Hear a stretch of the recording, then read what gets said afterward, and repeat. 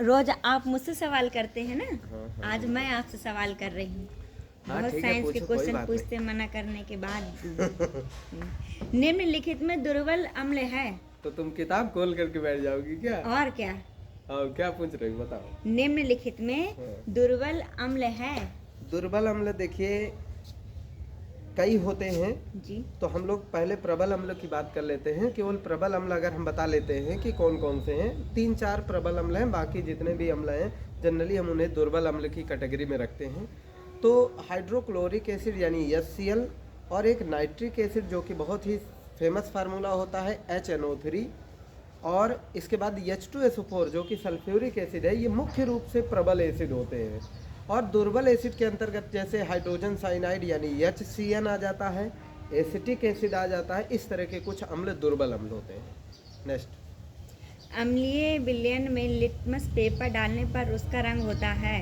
अम्लीय विलयन में लिटमस पेपर डालने से देखिए जनरली इसमें 2 कैटेगरी के प्रश्न बनते हैं। अम्लीय विलयन के लिए अगर हम बात करते हैं कि नीला लिटमस, एक हमने इसके लिए ट्रिक भी बना रखी है, नीलमला, नीला जो लिटमस पेपर होता है, नीले जो अम्ल, नीलमला, नीले को लाल कर देता है अम्ल, यानी अम्लीय विलयन नीले लिटमस को लाल कर देता है। और इसी तरह हमने एक दूसरा ट्रिक भी, अगर नहीं याद रहता है नीलमला, तो आप लांछन बोल सकते हैं।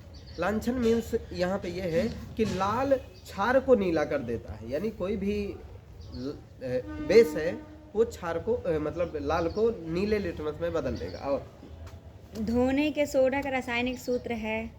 इसमें देखिए इसमें भी 2 क्वेश्चन बहुत अच्छे होते हैं।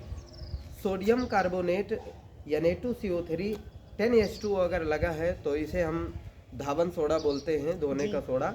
अब इसे याद करने का एक बहुत अच्छा तरीका ये भी है कि धावन सोडा को बोलते हैं, हम जनरली जानते हैं कि 10 बाल्टी पानी तो लगता ही है कपड़े धोने में, तो यहाँ से 10H2O बच्चों को ज़्यादा भूल जाता है, तो हम कह सकते हैं कि सोडियम कार्बोनेट 10H2O यानी Na2CO3 10H2O। यहीं पे एक फार्मूला और फेमस सा होता है बेकिंग सोडा, जो इससे मिलता हुआ रहता है, सोडियम बाइकार्बोनेट यानी AHCO3।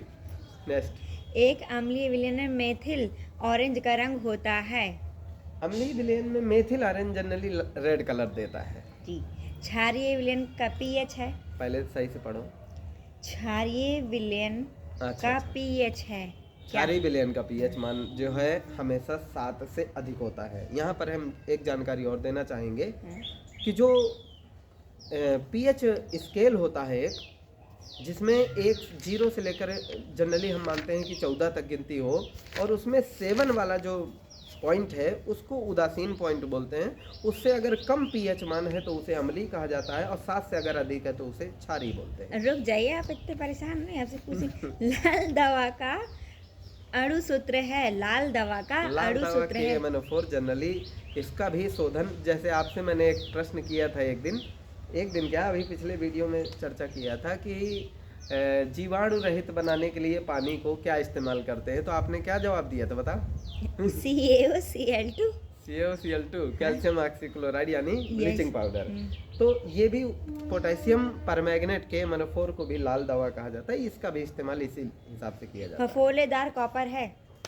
फफोलेदार कॉपर, यहाँ पर मेटलर्जी से ये एक क्वेश्चन है जिसमें कॉपर जो है जिसमें 2% अशुद्धि होती है, 2% अगर इम्प्योरिटी है तो उसे फफोलेदार तांबा कहा जाता है। वैसे जनरली इसे फफोलेदार इसलिए कहा जाता है कि जब कॉपर ग्लांस से या कॉपर के अयस्क से जब कॉपर को निष्कर्षित किया जाता है, तो यहाँ पर एक निष्कर्षण के दौरान हम लोग क्या करते हैं कि उसको क्या बोलते हैं, एक बेसमर परिवर्तक में जब डालते हैं तो वहाँ पर होता यह है कि इसको हरे बांस के डंडों से जब हिलाया जाता है तो सल्फर डाइऑक्साइड गैस निकलती है, तो फफोले यानी फुदक फुदक जैसे पानी के बुलबुले नहीं, पानी बरसात गिरता है। समझ गई आप, मुझको मेरे आंसर देते जाइए वैसे। तो हाँ ठीक है, कोई बात नहीं। चलिए, वीडियो कितना लंबा हो रहा है तो पहले वो होने दो, मैं पेज पलटा पेज पलटा लो, लेकिन वीडियो चेंज कर लो एक बार कट कर दो, दूसरा लगा दो।